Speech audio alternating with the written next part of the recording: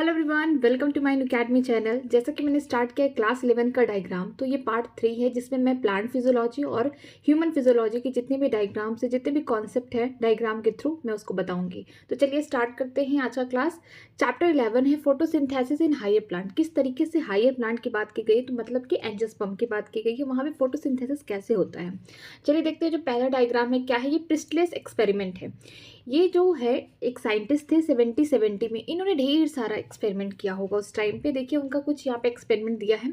इन्होंने एक bell jar लिया, उसमें उन्होंने एक माइस रखा और उसमें कैंडल को जला के रख दिया। कुछ टाइम बाद देखा कि माइस की भी डेथ हो गई और जो कैंडल था वो भी बुझ गया। फिर उन्होंने एक्सपेरिमेंट और भी किया होगा। फिर उन्होंने क्या किया, उसके साथ साथ किसके साथ, माइस और जलते हुए कैंडल के साथ मिंट प्लांट लिया, ठीक है। उसके साथ साथ कैंडल, जलता हुआ कैंडल रखा और माइस रखा। कुछ टाइम बाद देखा कि यहाँ पे ना कैंडल बुझा ना ही माइस की डेथ हुई। इसका मतलब उन्होंने एक हाइपोथेसिस देखा कि जो प्लांट है ये कुछ तो ऐसा काम कर रहा है जिसकी वजह से जो भी ब्रीथिंग है, जो भी बोल सकते हैं कि जो भी सांस ले रहे हैं, चाहे ये कैंडल हो गया जो भी गैस छोड़ रहा है, या फिर जो भी ये माइस है जो भी अपने अंदर से रिस्पायरेशन थ्रू CO2 जो भी निकाल रहा है, वो प्लांट क्या कर रहा है, रिस्टोर कर रहा है। इन्होंने ऑक्सीजन की डिस्कवरी की कब, 1774 में पहली बार, ठीक है। नेक्स्ट चलते हैं। नेक्स्ट डायग्राम किसका, क्लोरोप्लास्ट का है। ये आउटर मेम्ब्रेन हो गई, इनर मेम्ब्रेन हो गई। एक को बोलेंगे थैलाकोइड, और ढेर सारे थैलाकोइड अगर इस तरीके से रहे, जैसे कि कॉइन्स को एक साथ रख दो ऊपर, इसको हम क्या बोलेंगे, इस टाइप का जो स्ट्रक्चर है किसका, थैलाकोइड्स का, इसे हम बोलते हैं ग्रेना, ठीक है। एक ग्रेना दूसरे ग्रेना से जुड़े हुए हैं, किसके थ्रू जुड़े हुए हैं, इसको बोलते हैं स्ट्रोमा लैमेली के थ्रू जुड़े हुए हैं, ठीक है। बीच में क्या है, जो पूरा स्पेस है इसको हम बोलते हैं स्ट्रोमा। इसमें 70S के राइबोसोम पाए जाते हैं, 70S वाले, ठीक है। यहाँ पे स्टार्च ग्रेनुल प्रेजेंट है, लिपिड ड्रॉपलेट प्रेजेंट है। ये दोनों क्या करते हैं, बोल सकते हैं कि ये स्टोर करके रखे हैं खाने को, ठीक है। डार्क रिएक्शन जो होता है स्ट्रोमा में होता है, ठीक है, और लाइट रिएक्शन जो होता है वो होता है ग्रेना में होता है। सबसे खास बात ये है कि जो ग्रेना है यहाँ पे PS1 और PS2 दोनों पाए जाते हैं, ठीक है, यहाँ पे। लेकिन जो स्ट्रोमा लैमेली है यहाँ पे सिर्फ PS1 पाए जाते हैं, यहाँ पे PS2 और रेडक्टेज NADH एंजाइम नहीं पाए जाते हैं, तो इसको याद रखिएगा, ठीक है। आगे चलते हैं। आगे देखिए, ये 4 तरीके के पिगमेंट होते हैं। क्लोरोफिल A हो गया, B हो गया, ज़ैंथोफिल हो गया और कैटेनॉइड्स हो गया। यहाँ पे एब्जॉर्प्शन हो रहा है किसका, लाइट का, क्लोरोप्लास्ट में, ठीक है, जो पिगमेंट के ऊपर। ये एरिया जो है ब्लू वाली है, ये जो है रेड वाली है, ठीक है। क्लोरोफिल जो A है वो 2 जगह पीक शो कर रही है, एक ब्लू वाले एरिया पे कर रही है, देखिए यहाँ पे, और दूसरा जो है रेड वाली एरिया पे कर रही है। जो क्लोरोफिल B है एक ही जगह कर रही है, एक जगह उसका क्या है, पीक कम है, ठीक है। इसके अलावा जो कैटेनॉइड्स है ये 2 पिक्स शो कर रही हैं कहाँ पे, B पे, ठीक है। जब हम इसके ऊपर रेडिएशन डालेंगे तो इनका यही एब्जॉर्प्शन होगा, मीन्स कि यहाँ इधर वाली जो वेवलेंथ होगी यही की वो लाइट को क्या करेंगे, एब्जॉर्ब करेंगे। आगे चलते हैं। Rate of photosynthesis measure by the oxygen release. यहाँ पे फोटोसिंथेसिस कहाँ हो रहा है, जहाँ पे ऑक्सीजन रिलीज होगा। जैसा कि हम जानते हैं फोटोसिंथेसिस में क्या होता है, CO2 वाटर प्लांट्स लेते हैं क्लोरोफिल के प्रेजेंस में और सनलाइट के प्रेजेंस में, वहां से रिलीज करते हैं क्या, ऑक्सीजन, एनर्जी बनती है और ग्लूकोज बनते हैं, ठीक है। तो हम बोल सकते हैं कि फोटोसिंथेसिस उस एरिया में होगा जहाँ पे ऑक्सीजन क्या होगा, रिलीज होगा। तो ऑक्सीजन रिलीज कहाँ हो रहा है, 2 जगह, एक ब्लू रीजन में हो रहा है, दूसरा रेड रीजन में।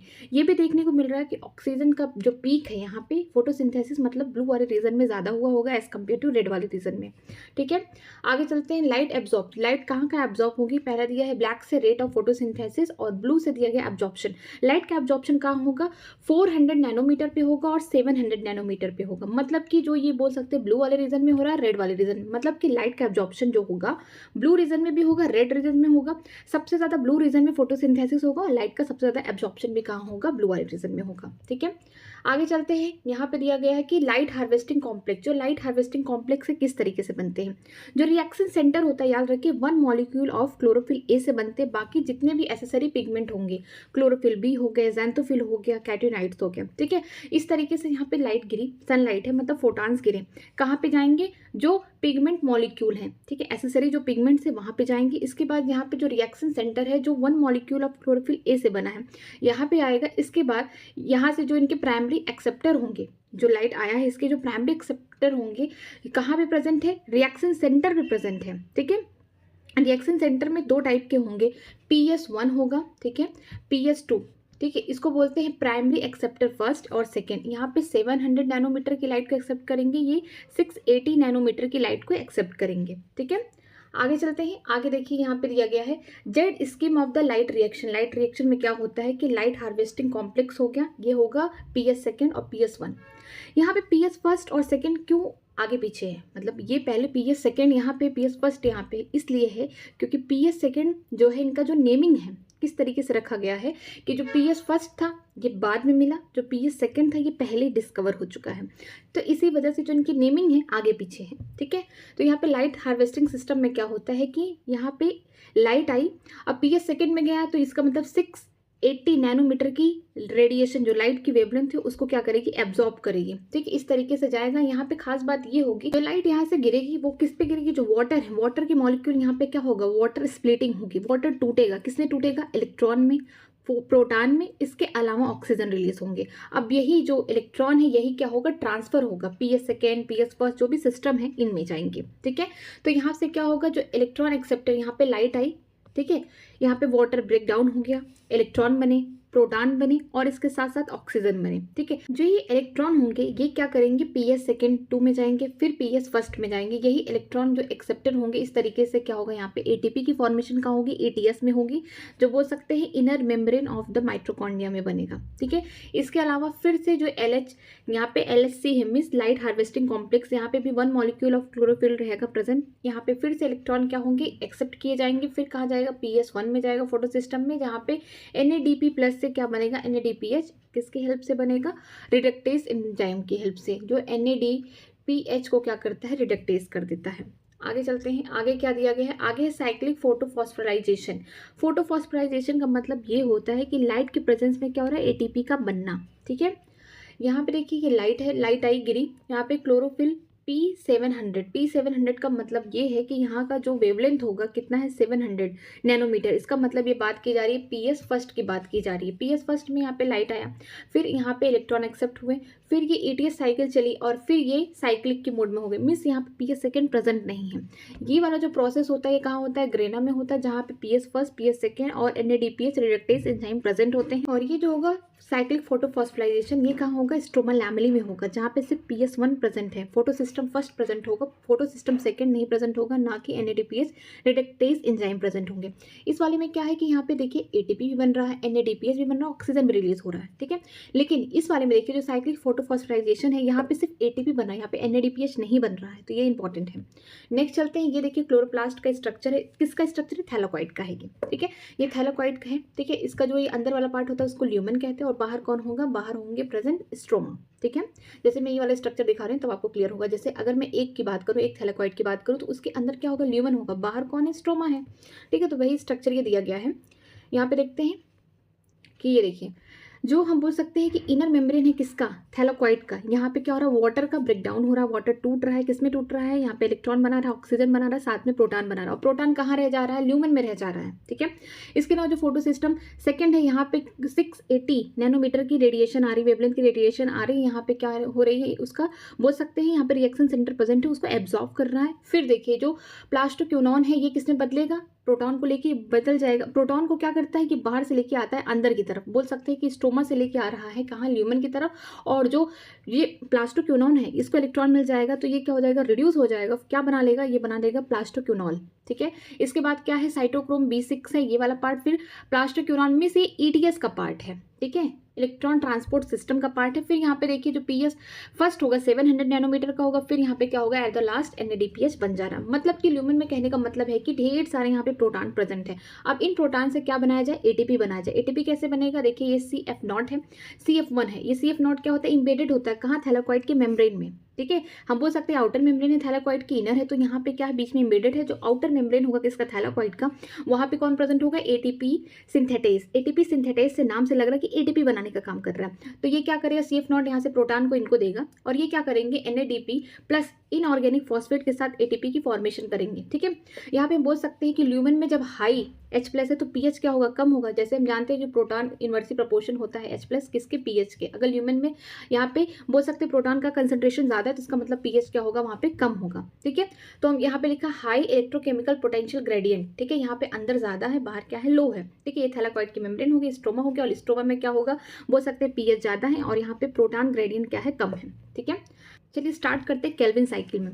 ठीक है, एटमॉस्फेयर से CO2 आ रहे हैं, वाटर आ रहे हैं। ठीक है, CO2 का काम है यहाँ पे क्या, जो रिबिस्को 1,5 बिस फॉस्फेट है, ये 5 कार्बन के हैं। ठीक है, ये 5 कार्बन के इन्होंने इसको एक्सेप्ट कर लिया। कार्बोक्सिलेशन में क्या हो रहा है, यहाँ पे CO2 का एक्सेप्टेशन हो रहा है। ठीक है, तो 6 कार्बन का कंपाउंड हो गया, लेकिन 6 कार्बन का कंपाउंड नहीं बनता, यहाँ पे 3 कार्बन के कंपाउंड 2 बनते हैं। ठीक है, 2 मोल बनते हैं, या फिर बोल सकते हैं 2 मॉलिक्यूल बनते हैं। ठीक है, यहाँ पे इसको बोलेंगे 3PGA या फॉस्फोग्लिसरेट बोलेंगे, या फिर बोलते हैं फॉस्फोग्लिसरिक एसिड बनेगा। ठीक है, यहाँ पे क्या होगा, रिडक्शन में यहाँ पे ATP और NADPH का यूज होगा। ATP का इस्तेमाल इसलिए होता है ताकि फॉस्फोराइजेशन किया जाए, इसको एनर्जी दिया जाए। दूसरा काम होता है NADPH का, इसलिए होता है ताकि ये क्या कर सके, रिड्यूस कर सके। रिडक्शन प्रोसेस में क्या कर सकते हैं, यहाँ पे CO2 को क्या करना है, रिड्यूस कर देना है, निकालना है। ठीक है, तो यहाँ पे क्या होगा, 2, यहाँ पे 2 मॉलिक्यूल आ रहे हैं, तो यहाँ पे 2 NADPH और 2 ATP दोनों यूज होंगे, 2 ठीक है। फिर ट्रायोस फॉस्फेट बनेंगे, सुक्रोज या फिर स्टार्च बनेंगे। रीजनरेशन में क्या होता है कि जो भी रिबिस्को यूज हुआ है, अब उसको क्या करना है, रीजनरेट कराना, ताकि फिर से दोबारा से या फिर बार बार क्या हो सके, केल्विन साइकिल चल सके। ठीक है, तो यहाँ पे 1 ATP इस्तेमाल किया जाएगा ताकि RUBP को रीजनरेट किया जाए। तो एक CO2 के लिए कितनी बार यहाँ पे ATP यूज हुआ, यहाँ पे 2 और 1, 3 बार यूज किया गया ATP और 2 NADPH। इसका मतलब कि अगर हमें ग्लूकोज बनाना है तो हमको ये 6 बार साइकिल चलानी पड़ेगी। 6 बार चलाएंगे तो कितना ATP और NADPH यूज़ होगा, एक साइकिल में 3 ATP यूज़ हो रहे हैं और 2 NADPH यूज़ हो रहा है सिर्फ एक साइकिल में, और 6 बार करना है तो इसमें 6 से मल्टीप्लाई कर दें, तो इसका मतलब 6 और 3 था, कितना हो गया, 18 ATP हो गया, और यहाँ पे 12 NADPH। तो हमें एक ग्लूकोज बनाने के लिए, एक मॉलिक्यूल ग्लूकोज बनाने के लिए 6 बार हम बोल सकते हैं केल्विन साइकिल चलेगी, और ATP कितनी यूज़ होगी, 18 ATP यूज़ होंगे और 12 NADPH यूज़ होगा। ठीक है, नेक्स्ट चलते हैं। नेक्स्ट है C4 साइकिल, इसे हम बोलते हैं हेल्थ स्टार्क पाथवे। ठीक है, इसमें क्या होता है कि मेसोफिल के सेल होंगे, बंडल सीट सेल होंगे। ये तो हमेशा किस में होगा, मेसोफिल के सेल में होगा। ठीक है, C3 साइकिल। लेकिन C4 साइकिल में क्या होगा, मेसोफिल के सेल और बंडल सीट के सेल क्या होंगे, दोनों से काम होगा। देखिए, एटमॉस्फेयर से यहाँ पे CO2 आ रहा है, इसको एक्सेप्ट कौन करेगा, इसको 3 कार्बन का कंपाउंड जिसको बोलते हैं फॉस्फोइनॉल पायरुवेट, इसको एक्सेप्ट करेगा, CO2 को फिक्सेशन कराएगा। यहाँ पे 3 कार्बन और 1 कार्बन कितने हो गए, 4 कार्बन का कोई कंपाउंड बनेगा। मैलिक एसिड हो सकता है, एस्पार्टिक एसिड हो सकता है। कहाँ बनेगा, ये बनेगा मेसोफिल के सेल में बनेगा। ठीक है, यहाँ पे जो 4 कार्बन का जो भी एसिड बना, एस्पार्टिक एसिड, मैलिक एसिड, इसका हम बोल सकते हैं ट्रांसफर कराया गया मेसोफिल के सेल से किसमें, बंडल सीट के सेल में। अब बंडल सीट के सेल में क्या होगा, डीकार्बोक्सिलेशन होगा। डीकार्बोक्सिलेशन का मतलब होगा CO2 को रिमूव किया जाएगा, यहाँ से CO2 को रिमूव किया जाएगा ताकि ये CO2 जाके केल्विन साइकिल में पार्टिसिपेट करे। बाकी के 3 जो कार्बन है, ये एसिड आगे जाके ट्रांसपोर्ट और रीजनरेशन कराएंगे इसका, फॉस्फोपाइरुवेट इनॉल का। ठीक है, इसमें आप एक चीज देख रहे होंगे कि ये तो बाहर की देखिए बाउंड्री सेल वॉल हो गया, सेल मेम्ब्रेन हो गया, ये सब। ठीक है, यहाँ पे आप देख रहे हैं जो केल्विन साइकिल है, ये C4 प्लांट में कहाँ चलती है, बंडल सीट सेल में, लेकिन हम C3 प्लांट की बात करें मेसोफिल के सेल में चलेंगी। ठीक है, दूसरी चीज इसमें ये देखिए कि जो बोल सकते हैं कि जो मेसोफिल के सेल होंगे, ठीक है, ये बाहर अरेंज होंगे, लेकिन जो बंडल सीट के सेल होंगे क्रिंज लाइकिंग के एनाटॉमी होगी, मींस इस तरीके से एनाटॉमी होगी। ठीक है, अंदर कौन होंगे, वेस्कुलर बोल सकते हैं, वेस्कुलर बंडल होंगे, जाइलम फ्लोएम प्रेजेंट होंगे। जो बाहर की जो ऊपर की हम बोल सकते हैं कवरिंग होगी या जो सीथ है वो बंडल सीथ है। ठीक है, तो यहाँ पे हम बोल सकते हैं कि C3 C4 साइकिल में जो केल्विन साइकिल है ये दोनों में चलेगा। ठीक है, C3 में कहाँ चलेगा, वो चलेगा मेसोफिल के सेल में चलेगा, लेकिन C4 में कहाँ चलेगा, ये चलेगा बंडल सीट सेल में चलेगा। ठीक है, आगे चलते हैं। आगे दिया graph of light intensity on the rate of photosynthesis. क्या हम बार बार अगर हम लाइट की इंटेंसिटी बढ़ाएंगे तो क्या फोटोसिंथेसिस का रेट हमेशा बढ़ता रहेगा। देखिए, rate of photosynthesis and the light intensity. पहले हमने लाइट दिया, धीरे धीरे इंटेंसिटी बढ़ाई, फोटोसिंथेसिस बढ़ा, लेकिन हमने एक टाइम पे लाइट को और ज़्यादा इसकी इंटेंसिटी बढ़ा दी, वहाँ पे क्या हुआ, सैचुरेशन हो गया, उससे आगे फोटोसिंथेसिस नहीं हो रहा है। मतलब कि ये कहने का है कि जितनी सनलाइट है उसका 10% ही क्या हो रहा है, उसका जो इंसिडेंट लाइट है उसका 10% ही प्लांट्स के लिए क्या है, पूरा कंप्लीटली उनके लिए अच्छा है ताकि वो फोटोसिंथेसिस कर सके। और उससे ज़्यादा अगर इंटेंसिटी हम बढ़ा देंगे तो क्या होगा, जो क्लोरोप्लास्ट वगैरह है, क्लोरोफिल हो क्या हो जाएंगे, डैमेज होने लगेंगे। फिर यहाँ पे हम बोल सकते हैं जो रेट ऑफ फोटोसिंथेसिस है वो डिक्रीज हो जाएगा। ठीक है, नेक्स्ट चलते हैं रिस्पायरेशन इन प्लांट में। हम लोग देखेंगे ग्लाइकोलिसिस, या ग्लाइकोलिसिस को बोलते हैं EMPV पाथवे, क्योंकि इमिडेन। ठीक है, E फॉर इमिडन हो गए। ठीक है, M फॉर मेयरहॉफ हो गए, P फॉर प्रांस। ये तीनों साइंटिस्ट इन्होंने मिलके ये साइकिल दी जिसको बोलते हैं ग्लाइकोलिसिस। कहाँ होता है, साइटोप्लाज्म में होता है, चाहे एरोबिक हो चाहे एनारोबिक ऑर्गेनिज्म हो, किसी में भी ये होता है साइकिल। ठीक है, दोनों में ही होता है। तो यहाँ पे देखिए ग्लूकोज कहाँ से आया होगा, सुक्रोज जो बना है, कहाँ सुक्रोज बना है, सुक्रोज तो बना है यहाँ पे C3 या C4 जो साइकिल है, यहाँ पे सुक्रोज बना है। यहाँ पे देखिए C3 में यहाँ पे दिखा गया, यहाँ पे सुक्रोज बना है। अब सुक्रोज को क्या करना पड़ेगा, तोड़ना पड़ेगा। ठीक है, अब तोड़ने के लिए इनवर्टेज एंजाइम का यूज किया जाता है जिससे फ्रक्टोज बनता है, 1 मॉलिक्यूल ग्लूकोज। अब ग्लूकोज का इस्तेमाल किया गया है यहाँ पे ग्लूकोज में एक एटीपी यूज करके ग्लूकोज 6 फॉस्फेट बना गया, मतलब एटीपी का इस्तेमाल करके यहाँ पे NADPS प्लस जो इनऑर्गेनिक फॉस्फेट है यहाँ पे आके जुड़ गया, तो इसलिए ग्लूकोज 6 फॉस्फेट हो गया। फिर यहाँ पे बोल सकते हैं किसके एंजाइम से, यहाँ पे लिखा गया हेक्सोकाइनेस एंजाइम की हेल्प से हुआ है, ठीक है। लेकिन जो यहाँ पे ग्लूकोज 6 फॉस्फेट है ये फ्रक्टोज 6 फॉस्फेट में कैसे हुआ है, यहाँ पे आइसोमेरेज एंजाइम की हेल्प से ये चेंज हो गया, ठीक है। Fructose 6 phosphate fructose 1,6 bis phosphate में कब होगा, क्योंकि यहाँ पे फॉस्फेट ग्रुप बढ़ रहा है, तो मतलब कहीं ना कहीं एटीपी यूज किया जा रहा है, ठीक है। फिर देखिए ट्रायोस फॉस्फेट, मतलब कि अब 3 कार्बन का फॉस्फेट बन रहा, मतलब ग्लिसरॉल्डिहाइड 3 फॉस्फेट 3 कार्बन का हो गया। यहाँ पे क्या होगा, ट्राईफॉस्फेट, यहाँ पे 3 कार्बन का ये बन गया, तीसरे कार्बन का कौन सा बनेगा कंपाउंड, उसका नाम है डाईहाइड्रोक्सी एसीटोन फॉस्फेट बनेगा, ठीक है। इसमें क्या होगा, इस वाले से NADPH की फॉर्मेशन हो रही है यहाँ पे, फिर 2 मॉलिक्यूल के क्या बनेंगे, ट्रायोस फॉस्फेट बनेंगे, जिसका नाम है 1,3 बिस फॉस्फेटिडाइहाइड एसिड बनेगा। मतलब कि अभी भी इनके पास क्या है, 2 फॉस्फेट है, मतलब कि कहीं ना कहीं एटीपी की फॉर्मेशन हो सकती है, ठीक है। 3 कार्बन के यहाँ पे देखिए एटीपी बना यहाँ पे, इसका मतलब कि इनका एक बोल सकते हैं फॉस्फेट गायब हो गया। तो अब नाम देखिए, यहाँ पे 2 मॉलिक्यूल के ट्रायोस फॉस्फेट अभी भी है, मतलब 3 कार्बन के, लेकिन वहाँ पे 2 फॉस्फेट जुड़े हुए थे, यहाँ पे 1 फॉस्फेट, क्योंकि एटीपी की फॉर्मेशन हो गई। एटीपी की फॉर्मेशन के लिए क्या चाहिए, NADP चाहिए प्लस इनऑर्गेनिक फॉस्फेट चाहिए। जब एक फॉस्फेट इस वाले कंपाउंड ने दिया, तो अब इसके पास एक ही फॉस्फेट बचेगा, तो बोलेंगे 3 फॉस्फोग्लिसरॉल्डिहाइड एसिड बन गया। फिर ये भी अभी 3 कार्बन का, फिर यहाँ पे देखेंगे 2 × 2 का मतलब यहाँ पे 2 मॉलिक्यूल कौन बचेगा, फॉस्फोग्लिसरेट, क्योंकि यहाँ पे एटीपी जब बन गया तो अब यहाँ पे ये 2 कार्बन का बन गया, ठीक है। नेक्स्ट चलते हैं, अब यहाँ से क्या हो जाएगा, वाटर निकल जाएगा। जब वाटर निकल जाएगा तो 2 मॉलिक्यूल फॉस्फोइनॉल पाइरुवेट बचे, यहाँ पे भी एटीपी की फॉर्मेशन हो गई। जब एटीपी की फॉर्मेशन हो गई, क्यों हुई, क्योंकि यहाँ पे देखिए 2 था, 2 से यहाँ पे एटीपी बन गई, तो इसका मतलब इसके पास क्या, एक फॉस्फेट ग्रुप है, ठीक है। अब एक फॉस्फेट ग्रुप है, तो इसके बाद यहाँ पे देखिए फॉस्फोग्लाइरेट का मतलब होता है कि 2 कार्बन का कंपाउंड है, लेकिन अभी भी यहाँ पे फॉस्फेट ग्रुप है, ठीक है। अब ये जो फॉस्फेट ग्रुप है, यहाँ से वाटर निकल गया, अब यहाँ पे 2 मॉलिक्यूल को हम बोलते हैं फॉस्फोइनॉल पाइरुवेट है। अब फॉस्फोइनॉल पाइरुवेट में क्या है, यहाँ पे हम बोल सकते हैं कि यहाँ पे एक फॉस्फेट है, ठीक है, मतलब यहाँ फॉस्फोइनॉल पाइरुवेट, मतलब यहाँ पे फॉस्फेट ग्रुप जुड़ा हुआ है, तो यहाँ पे फिर से एटीपी फॉर्मेशन होगी, 2 मॉलिक्यूल पाइरुविक एसिड 3 कार्बन का बन गया, ठीक है। तो यहाँ पे आप देख सकते हैं कि एटीपी यहाँ यूज हुई, यहाँ यूज हुई, 2 जगह एटीपी यूज हुई, देखिए 2 जगह भी एटीपी क्या हुई, बन गई, ठीक है। तो हम बोल सकते हैं कि यहाँ 1 और यहाँ पे देखिए एक चीज और नोटिस करिए कि यहाँ पे 2 मॉलिक्यूल का, क्योंकि ये इंटरकन्वर्ज है, ये अपने आप को बदलता रहेगा, ठीक है, तभी जाके यहाँ पे 2 × 2 मतलब यहाँ पे 2 एटीपी बनी है, यहाँ पे भी 2 एटीपी बना, ये 2 × 2 जो है मतलब 2 मॉलिक्यूल है, मतलब 2 एटीपी बनेंगे यहाँ पे। तो यहाँ पे 2 और 2, यहाँ पे 4 एटीपी बने, फॉर्मेशन हुआ और 2 एटीपी यूज हुआ। अगर नेट गेन एटीपी की बात की जाएगी तो यहाँ पे कितने हुए थे, 4, 4 - 2 जितने यूज हुए बचे कितने, 2, मतलब कि नेट गेन एटीपी कितनी हुई, 2। और NADPH कितना यहाँ पे बनेगा, यहाँ पे 2 से मल्टीप्लाई कर देंगे तो 2 NADPH बनेगा। अगर NADPH को हम ATP में कन्वर्ट करेंगे तो 1 NADPH = होता है 3 ATP के बराबर होगा, ठीक है। आगे चलते हैं, अब देखते हैं major pathway of anaerobic respiration. जो एनारोबिक रिस्पायरेशन किस तरीके से होता है, उनमें भी साइटोप्लाज्म में क्या होगा, ग्लाइकोलिसिस होगा, ठीक है। ग्लूकोज हुआ, ग्लूकोज 3 ग्लिसरॉल्डिहाइड फॉस्फेट बना, ठीक है। फिर देखेंगे 3 फॉस्फोग्लिसरिक एसिड भी बना, NADPH की फॉर्मेशन है, लास्ट में फॉस्फोइनॉल पाइरुविक एसिड भी बन गया। मीन्स हम बोल सकते हैं यहाँ पे पाइरुविक एसिड की फॉर्मेशन हो गई, लेकिन यहाँ पे क्या होगा, एनारोबिक है, मतलब इनको ऑक्सीजन के प्रेजेंस में एटीपी नहीं बनानी है। तो ये क्या करेंगे कि पाइरुविक एसिड हो गया, इथेनॉल बन गया। ईस्ट की बात करते हैं तो यहाँ पे NADPH ये रिड्यूस हो जाएगा, NAD+ पे हो जाएगा, तो इथेनॉल और CO2 बन जाएगा, ठीक है यहाँ पे। फिर अगर हम बात करते हैं लैक्टिक एसिड कहाँ बनता है, हम बोल सकते हैं कि स्केलेटन मसल जो हमारी, अगर हम लोग ज़्यादा रन करें तो इससे क्या होता है कि ऑक्सीजन की डिफिशियंसी होने लगती है और यहाँ पे एनारोबिक रिस्पायरेशन होना स्टार्ट हो जाता है स्केलेटन मसल में, ठीक है। तो हम बोल सकते हैं NADH प्लस H+ से क्या होगा, NADH बन जाएगा। मीन्स यहाँ पे क्या हो गया है, रिडक्शन हो गया है। किसकी हेल्प से होगा, यहाँ पे होगा लैक्टोडिहाइड्रोजिनेस एंजाइम की हेल्प से होगा, यहाँ पे लैक्टिक एसिड बन जाएगा, ठीक है। आगे चलते हैं, आगे कौन है, सिट्रिक एसिड साइकिल, या फिर हम बोल सकते हैं क्रेब साइकिल, इसको बोल सकते हैं सिट्रिक एसिड साइकिल। अब देखते हैं इसको, पाइरुवेट या पाइरुविक एसिड ये किसका प्रोडक्ट है, ये है ग्लाइकोलिसिस का प्रोडक्ट। ये 3 कार्बन का, इसमें कोई एंजाइम ए डाला गया, ठीक है। यहाँ पे क्या होता है, NAD+, ये रिड्यूस हो गया NADH प्लस H+ में, ठीक है। और यहाँ 3 कार्बन का जो कंपाउंड है, यहाँ इसमें से CO2 भी निकल गया, इसका मतलब अब 2 कार्बन के कंपाउंड ही बनेंगे आगे। तो एसिटिल को एंजाइम ए, ये 2 कार्बन का कंपाउंड है। अब यही कंपाउंड क्रेब साइकिल में जाके पार्टिसिपेट करेगा, तो ये जाएगा, पहले क्या कराएगा, कंडेंसेशन कराएगा किसका, ऑक्सैलिक एसिड, एसिटिक एसिड का। मिस यहाँ से स्टार्ट होगा, ये 2 कार्बन 4 कार्बन, अब जो आगे का जो प्रोडक्ट बनेगा 6 कार्बन के बनेगा। तो जो सिट्रिक एसिड है 6 कार्बन का होगा, इसमें से CO2 निकलेगा, मतलब 5 कार्बन बचे और NADH बनेगा, ठीक है।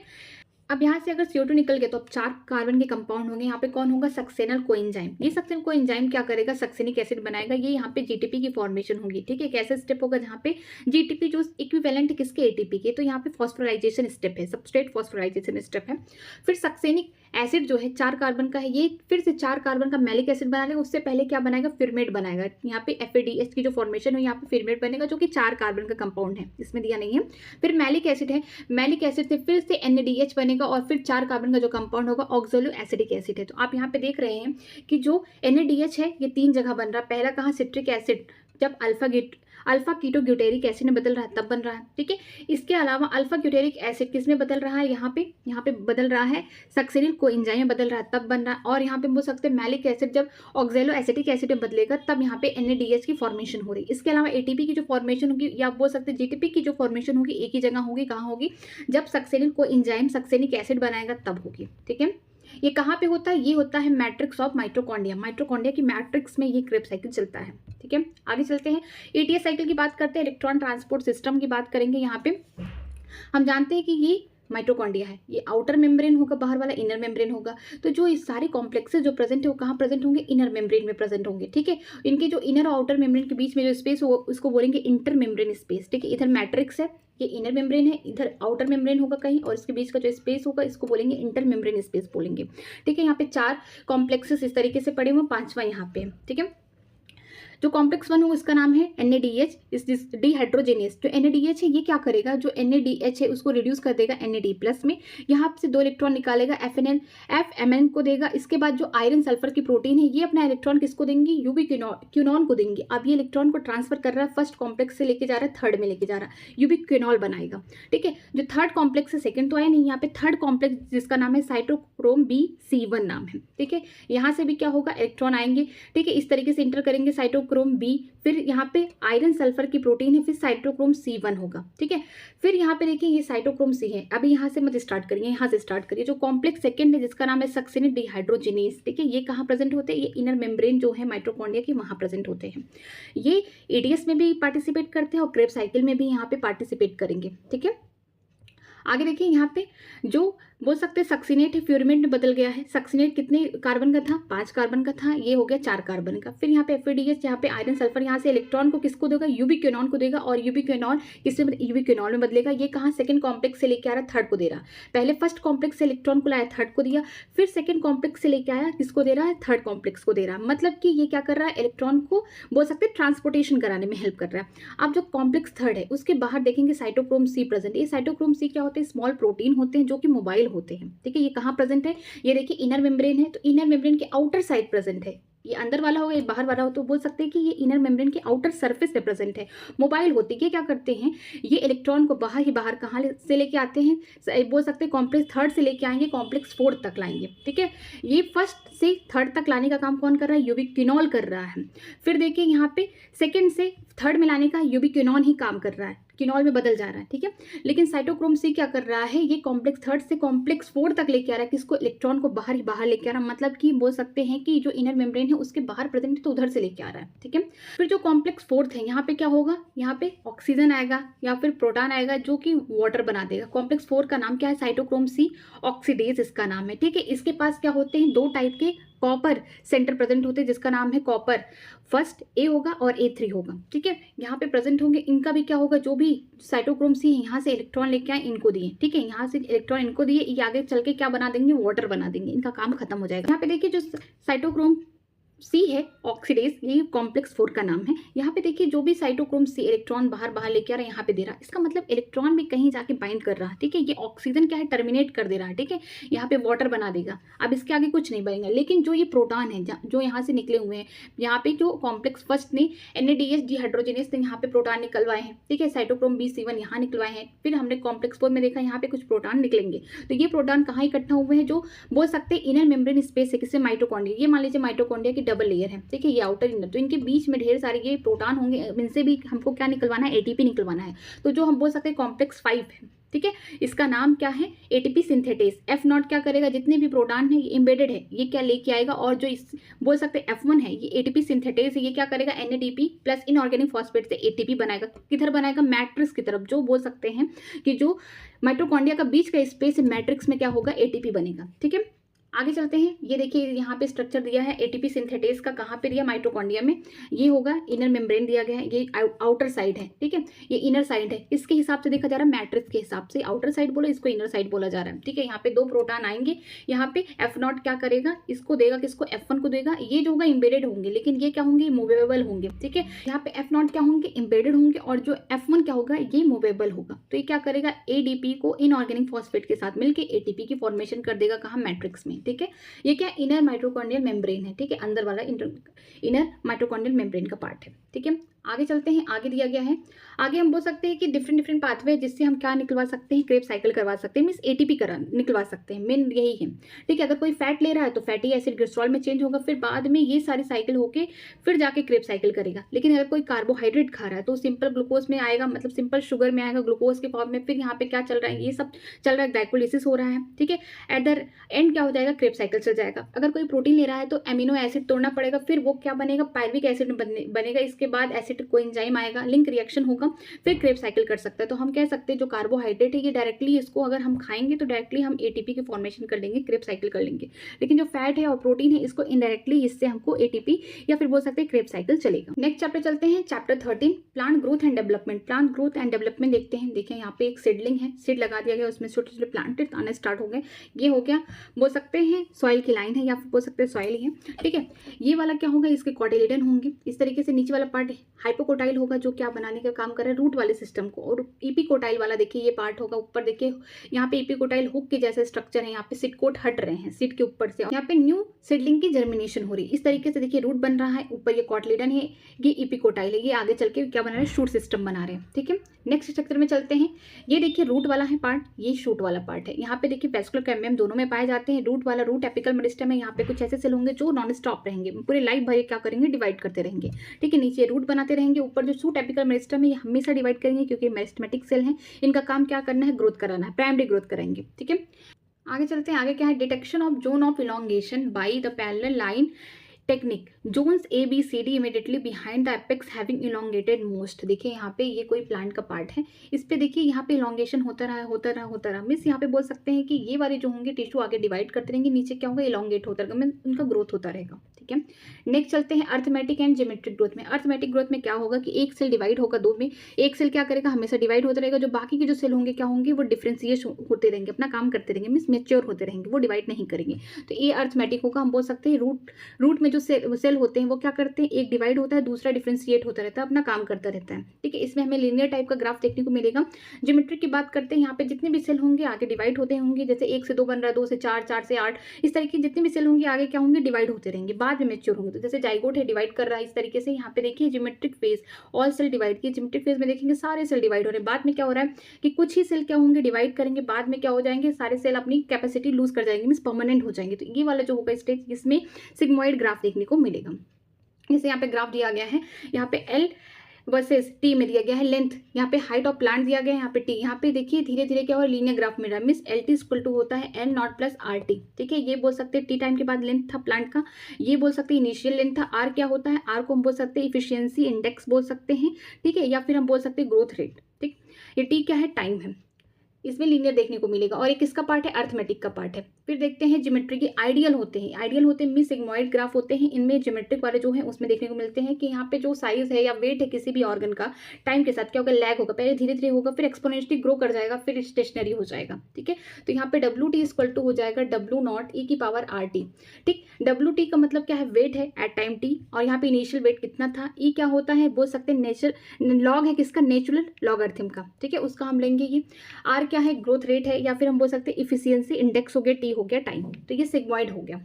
नेक्स्ट चलते हैं, देखिए प्लांट की लीफ है, पहले छोटी थी या बाद में बड़ी हो गई, तो हम इससे एब्सोल्यूट रेट निकाल सकते हैं। एब्सोल्यूट रेट का फॉर्मूला जो होता है फाइनल माइनस इनिशियल, जो फाइनल रहा होगा साइज उसमें से माइनस कर देंगे इनिशियल। अगर हमको परसेंटेज निकालना होगा तो हम क्या करेंगे, final minus initial upon initial into 100 कर देंगे, मीन्स यहाँ पे चेंज निकालना है। ठीक है, नेक्स्ट चलते हैं सेल डिवीजन। अब सेल डिवीजन हो रहा है, यहाँ पे मेरिस्टेमेटिक सेल होंगे, पहले उनका प्रोटोप्लाज्म बढ़ेगा, ठीक है, डिवाइड होगा, डिफरेंशिएट हो जाएगा, ठीक है, यहाँ पे एक्सपेंशन मतलब इलोंगेट हो गया, ठीक है, बढ़ गया, फिर क्या हो जाएगा, डिवाइड होगा, डिफरेंशिएट होगा, फिर मैच्योर हो जाएगा। जब मैच्योर सेल की क्या हो जाएगी, बाद में डेथ हो जाएगी।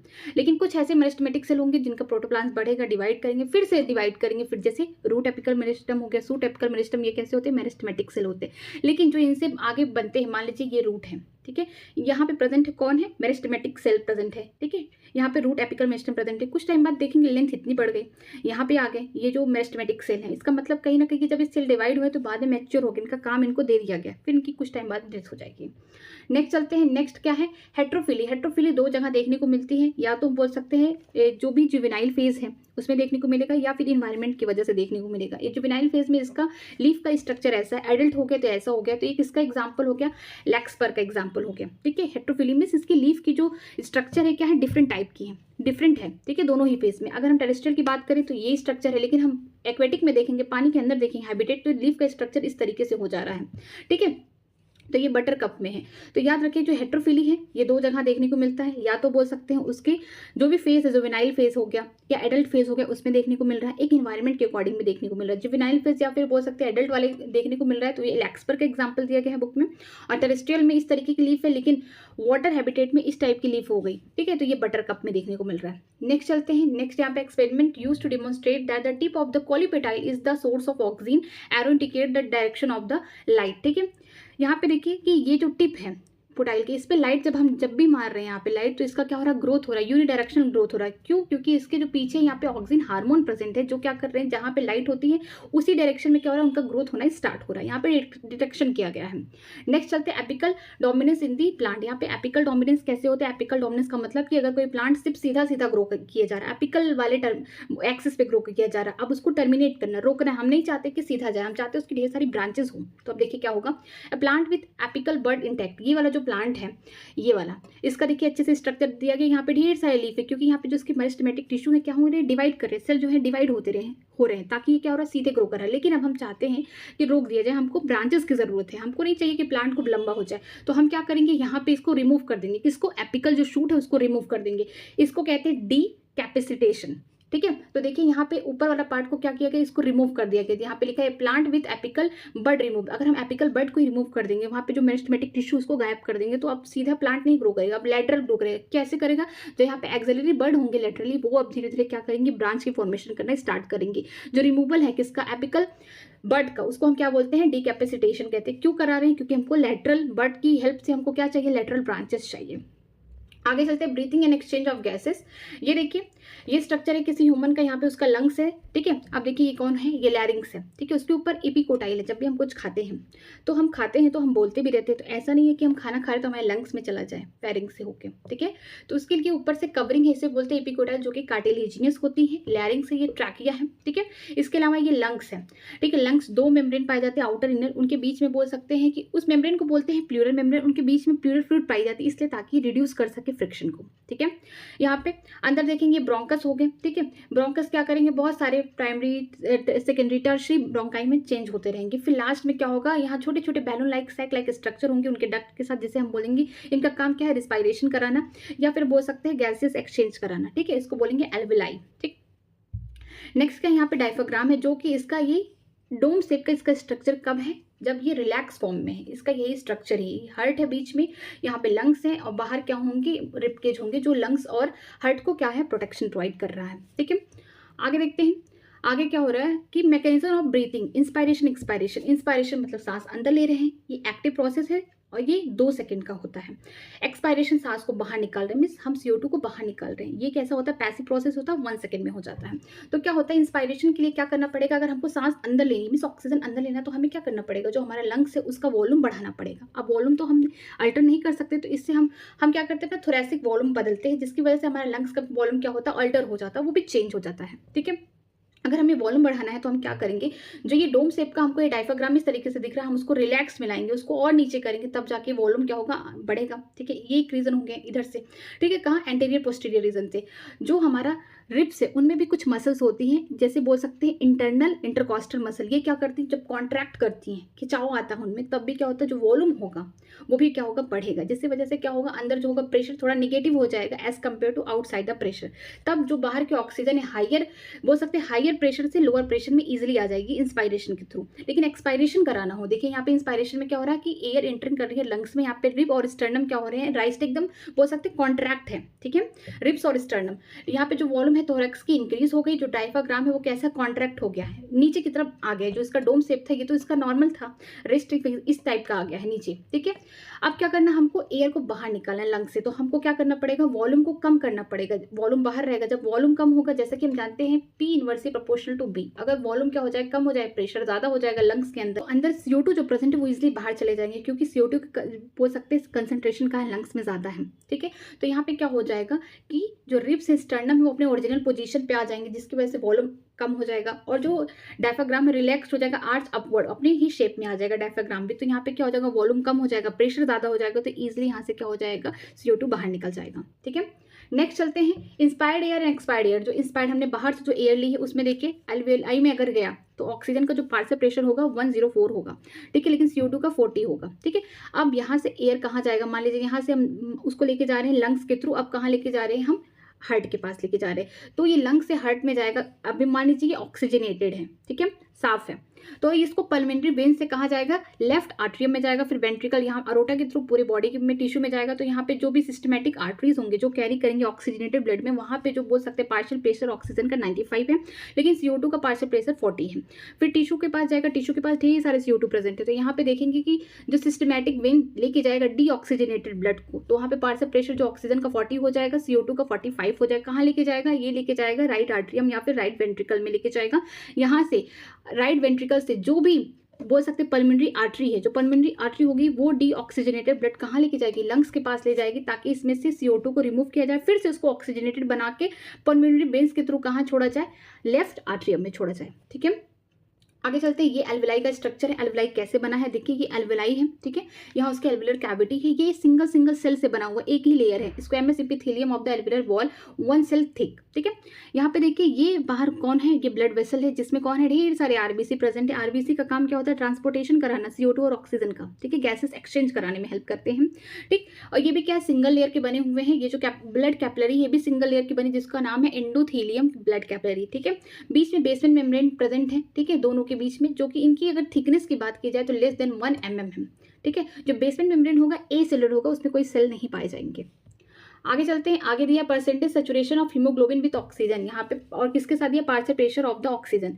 ये राइट साइड हो गया, ये लेफ्ट साइड हो गया। राइट साइड में क्या होगा कि यहाँ पे ऑक्सीजन का डिसोसिएशन होगा, ऑक्सीजन को तोड़ा जाएगा, ये टिश्यू लेवल है, ठीक है। ये कौन है, लंग्स लेवल है। जब ऑक्सीजन का डिसोसिएशन तब होगा जब CO2 का पार्शियल प्रेशर ज़्यादा होगा, यहाँ पे आयन ज़्यादा होंगे, मीन्स एसिडिक ज़्यादा होगा, टेम्परेचर ज़्यादा होगा, pH कम होगा, और यहाँ पे ऑक्सीजन का पार्शियल प्रेशर क्या होगा, कम होगा, तो यहाँ पे डिसोसिएशन होगा टिश्यू साइड। अगर एसोसिएशन की बात करते हैं किसका, ऑक्सीजन के किसके साथ, हीमोग्लोबिन के साथ, तो क्या बनेगा, अगर एसोसिएशन जोड़ रहा है इसको बोलते हैं ऑक्सी हीमोग्लोबिन, ठीक है। तो ये कहाँ होगा, लेफ्ट के साइड होगा। इसका मतलब यहाँ पे जो पार्शियल प्रेशर ऑक्सीजन का ज्यादा होगा, CO2 का कम होगा, यहाँ पे टेम्परेचर क्या होगा, कम होगा, pH यहाँ पे ज्यादा होगा, और यहाँ पे H+ आयन क्या होंगे, कम होंगे, ठीक है। अगर हम CO2 की बात करेंगे तो CO2 का जो हीमोग्लोबिन के साथ बोल सकते हैं जो बॉन्डिंग होंगे, इसे बोलते हैं कार्बोएमिनो हीमोग्लोबिन, ठीक है। ये क्या करता है, CO2 को कैरी करता है, ये वाला हीमोग्लोबिन। ये कहाँ पे जुड़ेगा, ये वाले पार्ट में जुड़ेगा। और ये जो शेप है, इसका शेप जो ऑक्सीजन डिसोसिएशन कर्व है, इसका जो शेप है सिग्मोइड है, ठीक है, ये सिग्मोइड है। आगे चलते हैं, chapter 15 body fluid and circulation में देखते हैं RBC। RBC का शेप कैसा होता है, बाइकॉन्केव होता है और राउंड होता है। इसका जो डायमीटर होता है 7 माइक्रोमीटर होता है। आगे देखते हैं, प्लेटलेट का जो प्लेटलेट है ये हमारे बॉडी में लगभग 1.5 लाख से 3 लाख पाए जाते हैं, ठीक है। RBC की बात करें तो ये जो होते हैं 5 मिलियन टू 5.5 मिलियन पाए जाते हैं। अब ये देखिए WBC के स्ट्रक्चर है। जो स्नोफिल है ये कितना पाया जाता है, लगभग बोल सकते हैं 1 से लेके 3% प्रेजेंट होते हैं, ठीक है, अप्रॉक्स। अब बेसोफिल की बात करते हैं तो 0.5 से लेके 1% प्रेजेंट होते हैं। न्यूट्रोफिल की बात करते हैं सबसे ज्यादा होता है 60 to 65% होते हैं। मोनोसाइट जो होते हैं ये लगभग 6 to 8% प्रेजेंट होते हैं, ठीक है।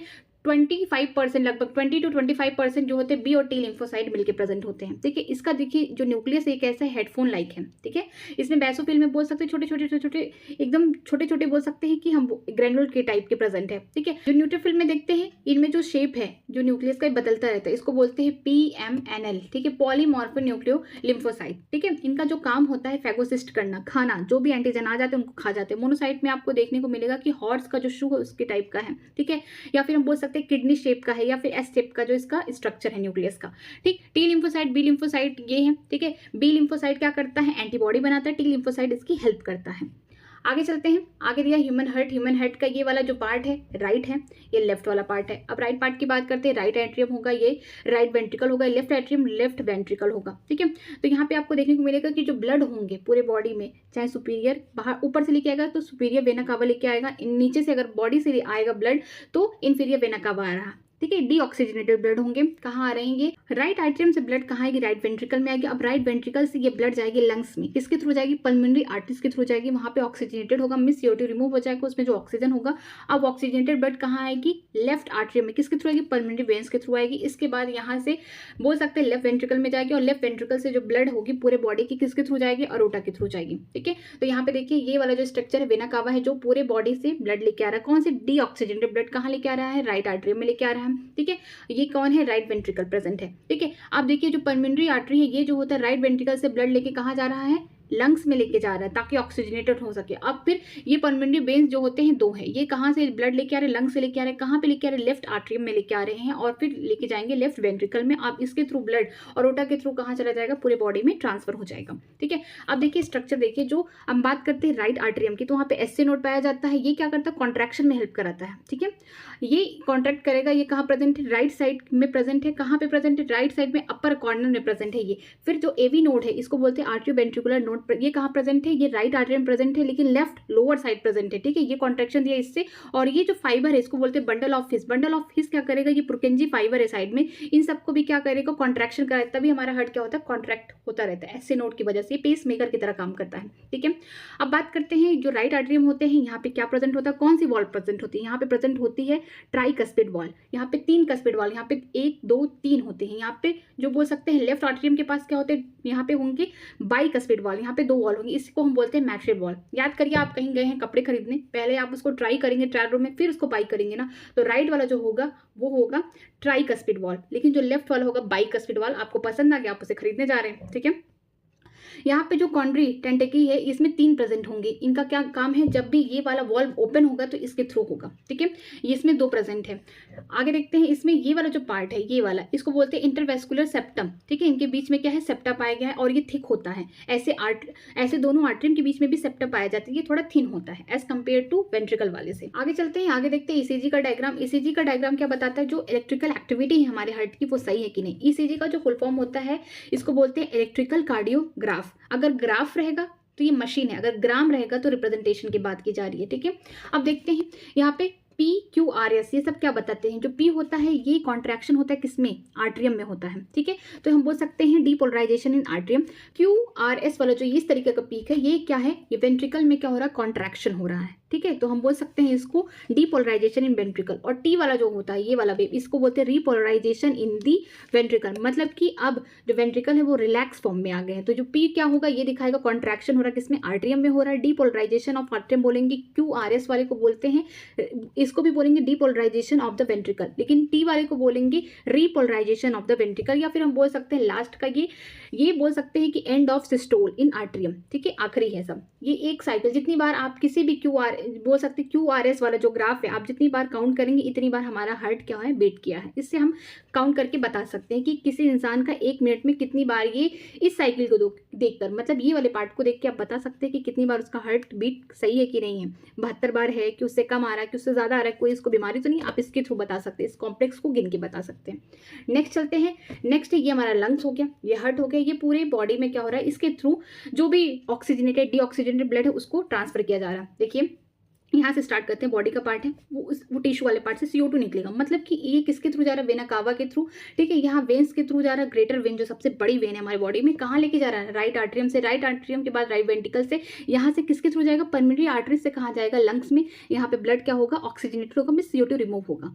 अब ये CO2 रिमूव हो गया तो इसका मतलब ब्लड क्या हो, ऑक्सीजनेटेड। ये किसके थ्रू आएगा, पल्मोनरी वेन्स के थ्रू आएगा, लेफ्ट आर्ट्रियम में, फिर लेफ्ट वेंट्रिकल से कहाँ जाएगा, डॉर्सल अरोटा के थ्रू, फिर से पूरे बॉडी में जाएगा। ठीक है, अब देखते हैं वेन्स और आर्टरी में डिफरेंस क्या है। जो वेन्स का ल्यूमेन होगा ये ज़्यादा होगा, ठीक है, लेकिन आर्टरी का क्या होगा, कम होगा। इसका मतलब कि जो इसका अंदर वाला बोल सकते हैं जो पार्ट है, जो इनर वाला जो मेम्ब्रेन है, या फिर बोल सकते हैं जो स्मूथ मसल का यहाँ पे जो थिकनेस है यहाँ पे कम है। ठीक है, तो ये स्मूथ मसल के बने हुए अंदर के ये वेन्स को बोल सकते हैं कि इनमें जो है ल्यूमेन कम होता है, तो इसमें प्रेशर कम लगता है। ठीक है, लेकिन अगर आर्टरीज की बात करें, इसमें ल्यूमेन क्या होता है, कम होता है, स्मूथ मसल क्या है, भर भर के पूरा पड़ी हुई है, तो इसमें प्रेशर ज़्यादा लगता है। तो इसमें जो होता है, इसमें कोई वॉल्व नहीं पाया जाता, बट इसमें वॉल्व पाया जाता है, ये बैक फ्लो भी करा सकता है। ठीक है, ये कैपिलरीज होती हैं, छोटी छोटी वेसल्स पाई जाती हैं। नेक्स्ट चलते हैं excretive product and there elimination chapter में। अब देखिए यहाँ पे ये किडनी होगी, उसके ऊपर कौन है, एड्रेनल ग्लैंड है। किडनी का जो शेप होता है कैसा होता है, बीन शेप का होता है, सबने राजमा खाया है। इसका जो बोल सकते हैं लेंथ है 10 से 12 सेंटीमीटर। अगर इसकी वेथ की बात करते हैं 5 to 7 सेंटीमीटर होती है। थिकनेस की बात करते हैं 2 से 3 सेंटीमीटर। याद करने का ट्रिक बता रही हूँ, 10 से 12 याद कर लीजिए। 12 लास्ट में आया, इसका मतलब 5 to 7 क्या है, इसकी ब्रेथ है। ठीक है, 5 और 7 को प्लस करेंगे 12 आ जाएगा।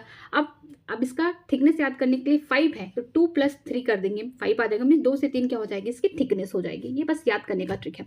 ठीक है, यहाँ पे देखते हैं हम, ये किडनी हो गई। ये वाला पार्ट कौन है, ये है रीनल आर्टरी है। ठीक है, ये वाला रीनल आर्टरी मतलब ऑक्सीजनेटेड ब्लड है, बट इसमें यूरिया प्रेजेंट है। ये है इंफीरियर वेना कावा, मतलब कि डीऑक्सीजनेटेड है, इसमें यूरिया प्रेजेंट है। अब देखिए यहाँ पे किडनी का स्ट्रक्चर, बाहर वाला जो होगा कॉर्टेक्स हो गया, ठीक है, अंदर वाला जो होगा मेडुला हो गया। यहाँ पे देखिए पेल्विस ये वाला रीजन होगा। ठीक है, और यहाँ पे ये पिरामिड की तरह कुछ triangular, inverted triangular pyramid present है। ठीक है, यहाँ पे, ठीक है, इसके अंदर भी कुछ पार्ट जो है मेडुला वाले रीजन में आगे, इसको बोलते हैं कॉलम ऑफ बर्डेनी बोलते हैं। ठीक है, ये वाली कैलिक्स होती हैं, गलियां हैं, और ये जब सारी एक जगह चौड़ी मिल जाए इसे पेल्विस कहते हैं। ठीक है, और ये जो यहाँ पे ये हाइलम रीजन होगा, नॉचेस होंगे जहाँ से ब्लड वेसल्स वगैरह, यूरेटर वगैरह निकलते हैं। ठीक है, ये देखिए यूरेटर निकला। ठीक है, यहाँ पे यूरेटर कहाँ जाएगा, यूरिनरी ब्लडर में जाएगा। ठीक है, जो स्मूथ मसल्स के बने हुए हैं यहाँ पे, और यहाँ पे उनके कुछ बोल सकते हैं स्पेंडर भी प्रेजेंट होते हैं। यूरिन यहाँ पे स्टोर होगा, यहाँ पे यूरेथ्रा होगा। हम बोल सकते हैं कि अंदर का जो इनर वाला होगा इनवॉलंटरी होगा, हमारे कंट्रोल में नहीं होगा, लेकिन आउटर वाला जो होगा स्पेंडर वो वॉलंटरी होगा, हम उसे कंट्रोल कर लेंगे। मान लीजिए आपको अगर यूरिन डिस्चार्ज करना है, बट कहीं ऐसी जगह ही नहीं है, टॉयलेट कहीं है नहीं कि आप जा सके, तो आप बाहर से कंट्रोल कर सकते हैं। लेकिन अगर ज़्यादा प्रेशर क्रिएट होगा यहाँ पे तो आप कंट्रोल नहीं कर पाएंगे। तो इसका मतलब कि आप बाहर से ही क्या कर सकते हैं, कंट्रोल कर सकते हैं। स्पेंडर को वॉलंटरी है, लेकिन इनर से क्या है, इनवॉलंटरी है। नेक्स्ट चलते हैं, यहाँ पे देखिए किडनी का स्ट्रक्चर दिया गया है।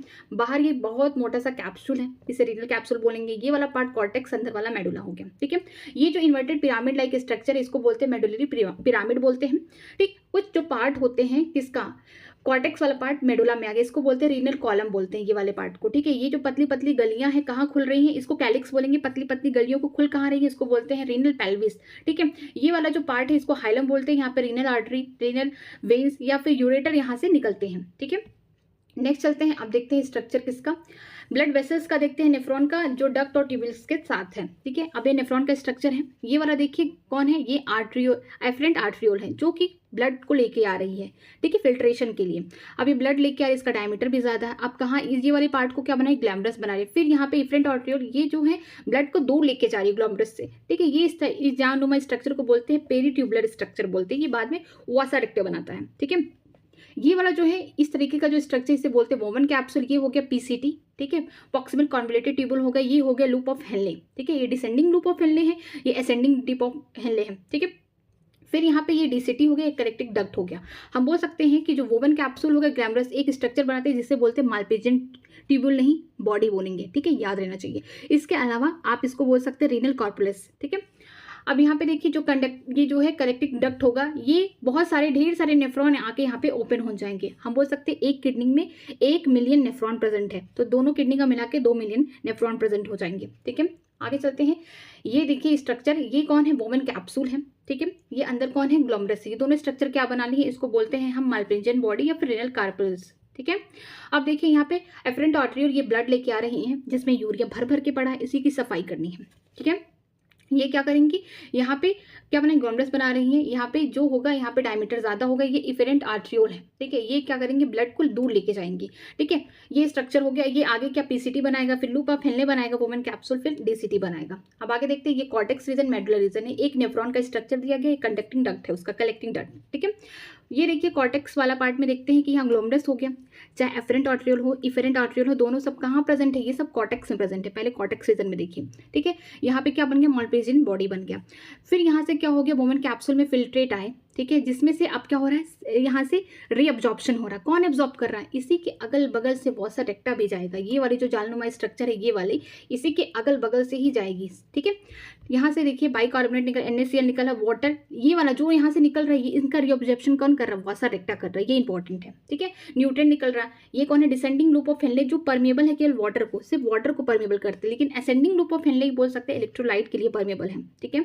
ये थिक सेगमेंट है किसका, असेंडिंग लूप ऑफ हेनले का। अब कहाँ जा रहा है, डीसीटी के पार्ट जाएगा, जहाँ पे NaCl, वाटर, बाइकार्बोनेट भी क्या हो रहे हैं, यहाँ पे रीअब्जॉर्ब कर रहे हैं, कौन, वॉसा रेक्टा वाले पार्ट, ठीक है। ये कलेक्टिंग डक्ट है यहाँ पे, ठीक है। जो वॉसा रेक्टा होगा फिर क्या करेगा, कुछ सिक्रीशन करेगा, वो भी कुछ निकालेगा। ये जो फिल्ट्रेट है, ये यूरिन वाले फिल्ट्रेट है, मीन्स ये यूरिन है, ठीक है, इसके अंदर यूरिन है।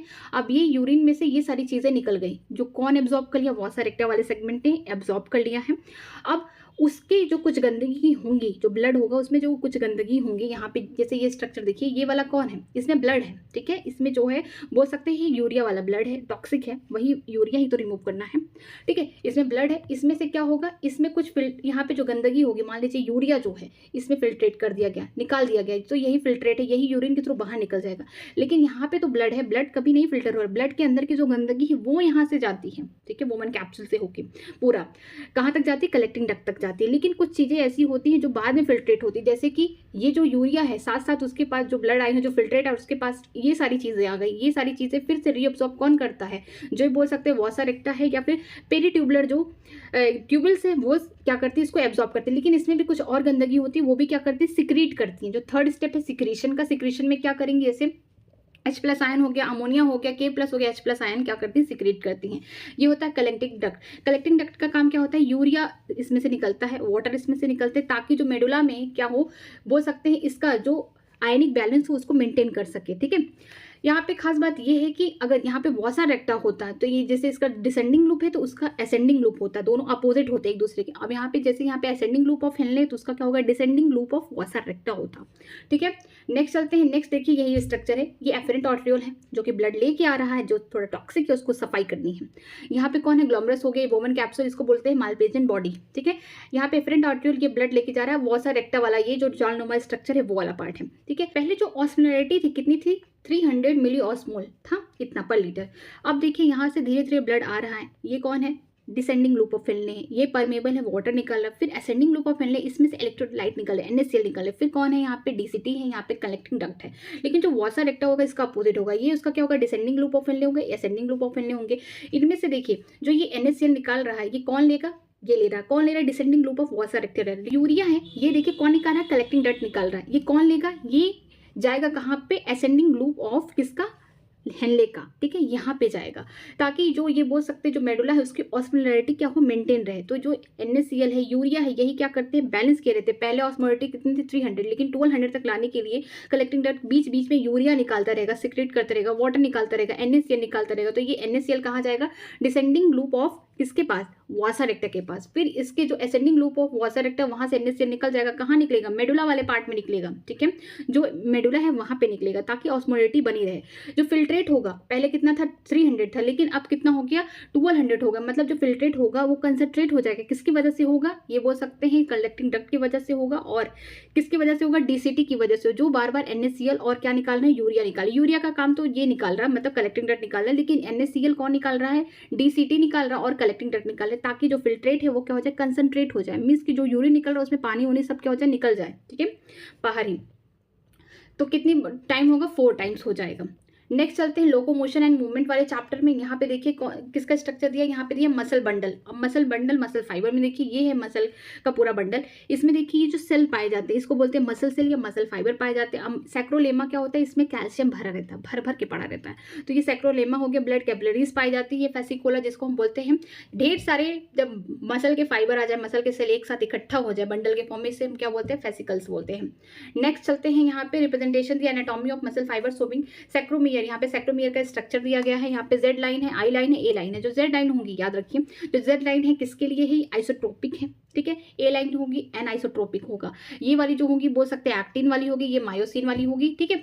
यहाँ पे जब कॉन्ट्रैक्शन होगा, जब कॉन्ट्रैक्शन होगा ये चीज, ये क्या होगी, कम होगी। ए बैंड तो कांस्टेंट है, लेकिन जो हम बोल सकते हैं जो आई लाइन है ये क्या हो जाएंगी, कम होंगी, ठीक है, कॉन्ट्रैक्ट हो जाएंगे। जेड लाइन में क्या हो जाएंगी, कम हो जाएंगी, ठीक है। जो एच जोन है ये क्या हो जाएगा, डिसअपियर हो जाएगा, क्योंकि जब कॉन्ट्रैक्शन होगा तो ये मसल आगे आएंगे, ये मसल्स आगे आएंगे, ये आगे आएंगे, ये आएंगे, तो जेड जोन क्या हो जाएंगे, यहाँ पे गायब हो जाएगा, दिखेगा ही नहीं कॉन्ट्रैक्शन के टाइम। लेकिन जो आई बैंड होगा वो भी क्या हो जाएगा, यहाँ पे देखिए इस तरीके से हाफ हाफ है, तो ये भी क्या हो जाएगा, रिड्यूस हो रहा है, ठीक है। लेकिन ए बैंड जो होगा कांस्टेंट होगा ड्यूरिंग कॉन्ट्रैक्शन, ठीक है। नेक्स्ट चलते हैं, नेक्स्ट है एक्टिन थिन फिलामेंट। जो पतला फिलामेंट है वो एक्टिन का है। जो मायोसिन है उसका मोनोमर है मीरोमायोसिन, ये क्या है, मोटा फिलामेंट है, ठीक है। ये सब क्या होते हैं, हम इसको बोल सकते हैं रेगुलेटरी प्रोटीन है। ये क्या करती है, हेल्प कराती हैं कॉन्ट्रैक्शन ऑफ मसल्स में। यहाँ देखिए ट्रोपोपोनिन है, यहाँ पे ट्रोपोमायोसिन है, एफेक्टिन है। जो ट्रोपोपोनिन होती है ये प्रोटीन होती है। यहाँ पे जो ट्रोपोमायोसिन होती है रेस्टिंग स्टेज में क्या करती है कि जो भी रिसेप्टर मतलब बोल सकते हैं जो एक्टिव साइट किसका प्रेजेंट होता है, मायोसिन को, उनको क्या कर लेती हैं, कवर कर लेती हैं, ठीक है। एफेक्टिन जो होता है जी ग्लोबुलर या फिर ग्लोबुलर प्रोटीन से बना होता है जिसमें मैग्नीशियम लगे होते हैं, उसका ये क्या बोल सकते हैं, पॉलीमर है, एफेक्टिन, ठीक है। ये देखिए मायोसिन का पार्ट करते हैं, ये हेड हो गया, उसका टेल हो गया। हेड में दो साइड प्रेजेंट है, एक्टिन बाइंडिंग साइड, ये एक्टिन से बाइंड करता है इस वाले साइड से, यहाँ पे एटीपी बाइंडिंग साइड है, यहाँ पे एटीपी यहाँ से बोल सकते हैं निकलता है, ठीक है। ये हो गया शॉर्ट आर्म, उसका टेल हो गया। नेक्स्ट चलते हैं, यहाँ पे देखते हैं कि किस तरीके से ये क्रॉस ब्रिज बनता है, किस तरीके से। अब मोटा है, मोटे के ऊपर पतला ही क्या करेगा, स्लाइड कर सकता है, कभी पतले के ऊपर मोटा स्लाइड नहीं कर सकता है, तो ये कौन होगा, मायोसिन होगा मोटा वाला।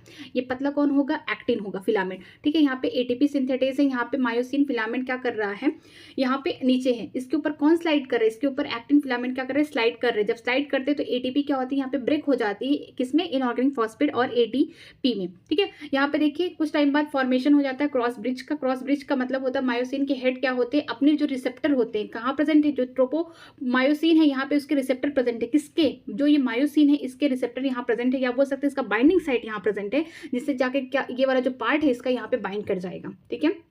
तो इसका बाइंडिंग साइड यहाँ पे क्रॉस ब्रिज बन गया। फॉर्मेशन ऑफ क्रॉस ब्रिज है, इसके बाद क्या होगा, स्लाइडिंग या फिर रोटेशन होगा, फिर यहाँ पे स्लाइडिंग करेगा, इसके बाद फिर से ब्रेक हो जाएगा। क्या ब्रेक हो जाएगा, जो क्रॉस ब्रिज है ब्रेक हो जाएगा, मीन्स कि अब यहाँ पे फिर से एटीपी की फॉर्मेशन हो जाएगी, ठीक है। ये वाला पार्ट यहाँ पे देखिए, ये ह्यूमन स्कल है। जो ह्यूमन का स्कल है उसका देखिए खोपड़ी का जो पूरे स्ट्रक्चर है किस किस बोन से बने, ये पैराइटल वाले हैं, पीछे वाले हैं, ठीक है। इसके बाद जो कान के पास है टेम्पोरल होगा, ऑसिपिटल बोन पीछे की तरफ होंगे, ठीक है। ऑसिपिटल कॉन्ड्राई जो होते हैं बगल में होते हैं, ठीक है। मैक्सिला की बात करते हैं, ऊपर वाला पार्ट हो गया। मैंडिबल ये वाले पार्ट हो गए, ठीक है। जाइगोमेटिक बोन जो होंगे ये वाले पार्ट होंगे, ये, ठीक है। नेसल जो बोन होंगे नाक वाले होंगे। लैक्रोमियर बोन होंगे जो आंख के पास होंगे। इस इथेनोइड जो बोन होंगे आंखों वाले बोन्स होंगे। स्फिग्नाइड बोन जो हम लोग कहते हैं दिमाग है यहाँ वाले बोन होते हैं। जो हायोइड बोन होते हैं ये एक ही होते हैं, यहाँ प्रेजेंट होते हैं, बोल सकते हैं कि ये प्रेजेंट होंगे हमारे टंग के नीचे, ठीक है। आगे चलते हैं, आगे दिया है वर्टिब्रल कॉलम डिस्क। यहाँ पे दिया गया है सर्विकल वर्टिब्री जो कि 7 होते हैं, थोरैक्सिक वर्टिब्री 12 होते हैं, लंबर वर्टिब्री 5 होते हैं। याद करने का ट्रिक यही है, 7 + 5, बीच वाला कितने हो जाएंगे, 12 हो जाएंगे, ठीक है। ये 7 हो गए, ये 5 हो गए, बीच वाले कितने हो गए, 12 हो गए, ठीक है। जो लास्ट के ये दोनों बोन है, ठीक है, जो सैक्रम हो गया, कोगैक्स हो गया, ये कैसे होते हैं, ये फ्यूज्ड बोन होते हैं, ठीक है। अब आगे चलते हैं, आगे देखते हैं रिब्स और उसके केज किस तरीके से बने हुए हैं, ठीक है। ट्रू रिब केज कैसे होते हैं, पहले तो जान जाइए कि जो रिब केज होते हैं वो 12 पेयर्स के बने होते हैं, मतलब कि उसमें 24 बोन होंगे, ठीक है। 24 होंगे, 12 पेयर होंगे। यहाँ पे 1 से लेके 7 तक ट्रू होंगे। ट्रू मतलब क्या होंगे, वेंट्रली किससे अटैच्ड होंगे, वेंट्रली अटैच होंगे स्टर्नम से, पीछे डॉर्सली किससे अटैच होंगे, वर्टिब्रल कॉलम से, तो ये ट्रू हो गए। ये स्टर्नम वाला पार्ट हो गया जिसे हम ब्रेस्ट बोन भी कहते हैं, और जो ये वर्टिब्रल कॉलम है ये वाला पार्ट है, ठीक है। तो इससे सिर्फ 7 पेयर ही अटैच्ड होते हैं, इसको क्या बोलेंगे, ट्रू रिब्स बोलेंगे। लेकिन जो फॉल्स रिब होंगे कौन से पेयर होंगे, 8, 9, 10, ये क्या होंगे, ये अटैच स्टर्नम से नहीं होके ये 7th वाले जो रिब्स हैं उससे जाके अटैच्ड होंगे, इस वजह से क्या हो जाते हैं, फॉल्स हो जाते हैं। जो 11th और 12 पेयर होंगे फ्लोटिंग बोन होंगे, ये किसी से अटैच नहीं होते, मतलब स्टर्नम से अटैच नहीं होते हैं, ठीक है। आगे चलते हैं, आगे देखिए स्ट्रक्चर है पेक्टोरल का, ठीक है।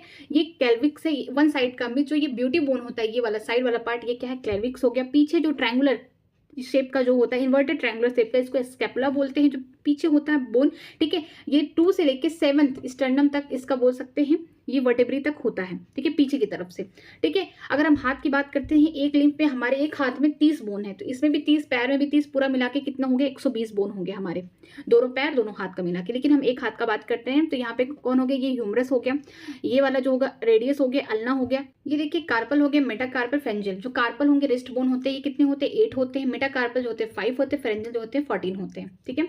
नेक्स्ट चलते लिम्फ बोन की बात करते हैं, ये होते हैं पेल्विक वाले रीजन में, जैसे इलियम हो गया, ठीक है।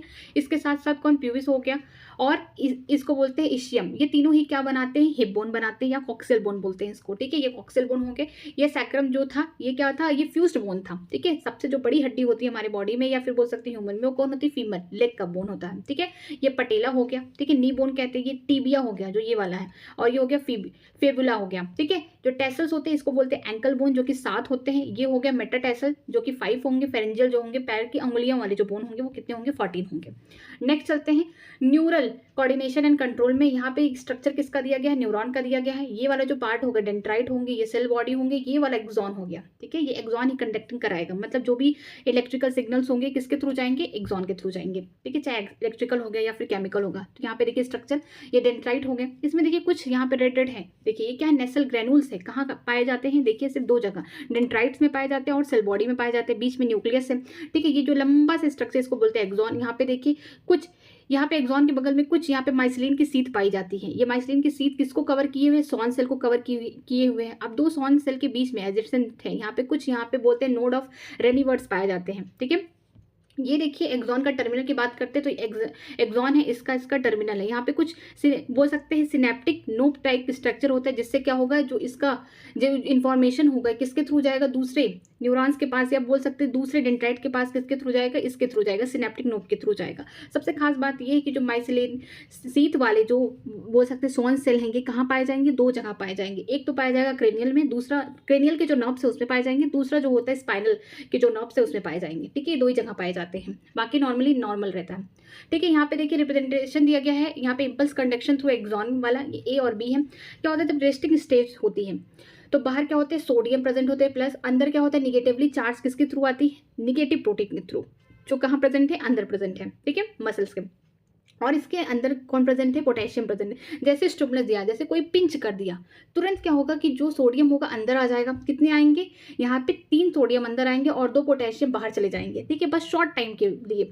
चार्ज क्या हो जाएगा, उल्टा हो जाएगा, बाहर पॉजिटिव था तो अब अंदर पॉजिटिव हो जाएगा, बाहर निगेटिव हो जाएगा। जैसे स्टिमुलस खत्म हुआ, फिर से क्या हो जाएगा, जो पोटेशियम होगा अंदर आ जाएगा, ठीक है। किससे आएगा, यहाँ पे सोडियम पोटेशियम पंप पाए जाते हैं, यहाँ पे एटीपी का खर्चा होता है, ठीक है। तो यहाँ पे अंदर आ जाएगा और यहाँ पे 2 सोडियम फिर से बाहर चले जाएंगे, इस तरीके से स्टिमुलस होगा। नेक्स्ट चलते हैं, नेक्स्ट स्ट्रक्चर है किसका, एक्सॉन टर्मिनल एंड सिनेप्सिस का, ठीक है। ये कौन है, ये वाला जो स्ट्रक्चर, ये तो एक्सॉन था। अब किस तरीके से इनका इन्फॉर्मेशन ट्रांसमिट होता है, तो ये देखिए एक्सॉन हो गया, ये एक्सॉन का टर्मिनल हो गया, वही था। इस वाले स्ट्रक्चर को क्या बोलते हैं, सिनेप्टिक नोब बोलते हैं। इसमें देखिए छोटे छोटे वेसिकल पाए जाते हैं, बोलते हैं सिनेप्टिक वेसल्स। ये होगा प्री सिनेप्टिक मेम्ब्रेन, ये वाला पार्ट, और ये वाला पोस्ट वाला, जो प्री सिनेप्टिक मेम्ब्रेन होंगे, इनके पास जो वेसिकल पाए जाते हैं, इसी के अंदर क्या होता है, न्यूरो ट्रांसमीटर प्रेजेंट होते हैं। अब इसमें इन्फॉर्मेशन दूसरे वाले को ट्रांसमिट करना, मतलब जो पोस्ट सिनेप्टिक मेम्ब्रेन है, इस पे ही रिसेप्टर प्रेजेंट है।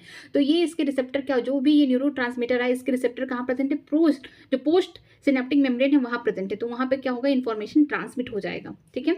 आगे चलते हैं, आगे ब्रेन का स्ट्रक्चर है। 4 ब्रेन में कौन आएगा, सेरेब्रम आएगा, ठीक है। थैलमस हो गया, ये हाइपोथैलेमस का स्ट्रक्चर है। मिड ब्रेन में कौन आएगा, मिड ब्रेन का ये वाला पार्ट हो गया, ठीक है।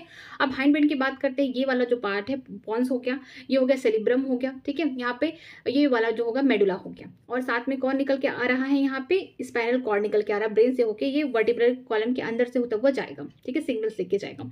ये हो गया सेरिब्रल एक्विडक्ट, यहाँ पे कुछ लिक्विड पाए जाते हैं, जो मिड ब्रेन है उससे कुछ निकलता रहता है, ठीक है। अब देखिए जो 4 ब्रेन है, इनका जो ज्यादा करके एरिया एक जगह का है, मतलब एक साइड का दिया गया है, ये हो गया, इसको बोलते हैं सेरेब्रल हेमिस्फीयर हो गया, या फिर इसको बोलते हैं कॉर्पस कैलोसियम, ये वाला पार्ट हो गया। लेकिन अगर हम बात करते हैं कि जो हाइंड ब्रेन है, इसका जो पॉन्स हो गया, या फिर बोलते हैं सेरिब्रम हो गया, पीछे पाया जाता है मेडुला का जो मेन काम होता है, इसके पास डाइजेस्टिव सिक्रेशन के सेंटर पाए जाते हैं, वोमिट सेंटर ये सब पाया जाता है, रिस्पायरेशन सेंटर पाया जाता है, कार्डियोवैस्कुलर सिस्टम जो होता है सेंटर कहाँ पाया जाता है, इसके अंदर पाया जाता है, मेडुला के अंदर।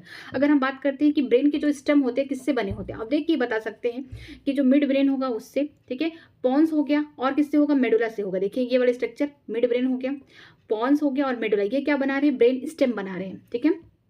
नेक्स्ट चलते हैं केमिकल कोऑर्डिनेशन एंड इंट्रीगेशन में चलते हैं। ये देखिए कोई ह्यूमन है जिसके अंदर पूरे जहाँ जहाँ से यहाँ पे हार्मोन्स निकलेंगे पूरे स्ट्रक्चर दिए, जैसे हाइपोथैलेमस है जो कि मास्टर ग्लैंड है, ठीक है, वही सबको हैंडल करता है, ठीक है। इसके बाद पीनियल ग्लैंड है यहाँ पे, फिर पिट्यूटरी ग्लैंड है, इनका सिक्रेशन होगा, थायराइड ग्लैंड हो गया, पैराथायराइड ग्लैंड हो गया, थैलेमस हो गया यहाँ पे प्रेजेंट है। ये देखिए किडनी के ऊपर कौन प्रेजेंट होगा, एड्रिनल ग्लैंड प्रेजेंट होगा। ये पैनक्रियास हो गया जो सिक्रेशन करेगा। अगर फीमेल की बात करेंगे तो ओवरी से भी कुछ हार्मोन्स निकलते हैं, मेल की बात करेंगे टेस्टिस से कुछ हार्मोन्स निकलते हैं।